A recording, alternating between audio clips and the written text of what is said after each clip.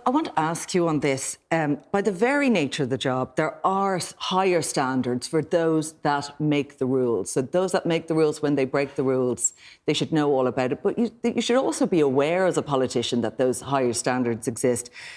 Do you think it's understood fully within the political elite in this country?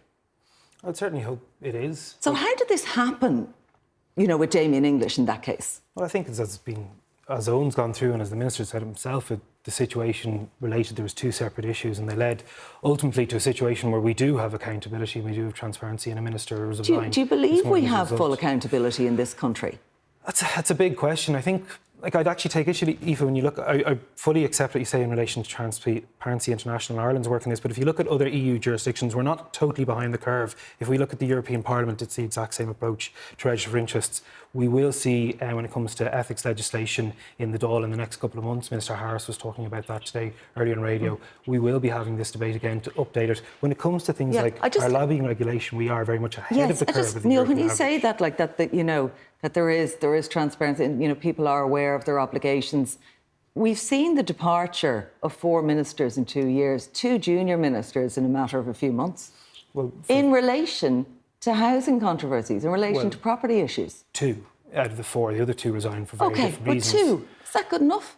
But this happens in modern government where you have transparency, where you have ministers who have done wrong things. Hang on a second now. This happened in this case because the ditch had the story.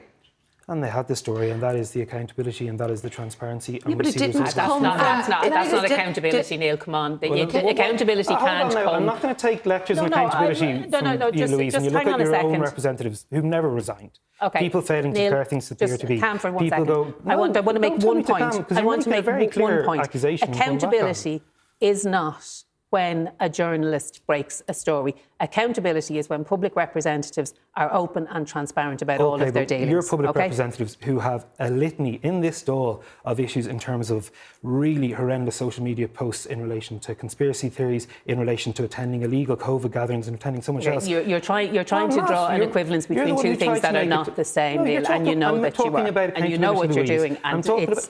Yeah, but you know what you're doing too. You don't want to get into it. We're talking about accountability. Are you deflecting, Neale? From one of your ministers who has had to Louise made a very clear political charge. Less than 24 hours ago. I've acknowledged the fault. I've accepted and agree with the action the minister. You said there's accountability in government because of, you know, 2 junior ministers and this story came out. It came out because of the work of journalists. Yeah, I know, and I accept that, and I acknowledge the work of the journalists, and I acknowledge the decisions we made. Aoife.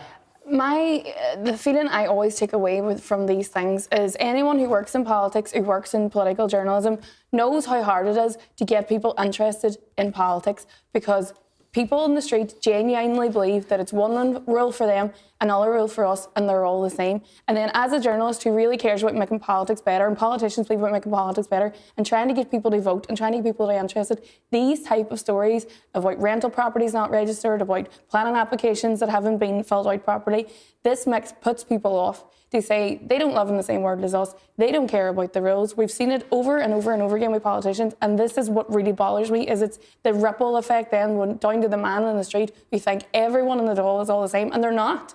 But these sort of things really, really break down the trust between the people, especially in a housing crisis, between the people and the politicians.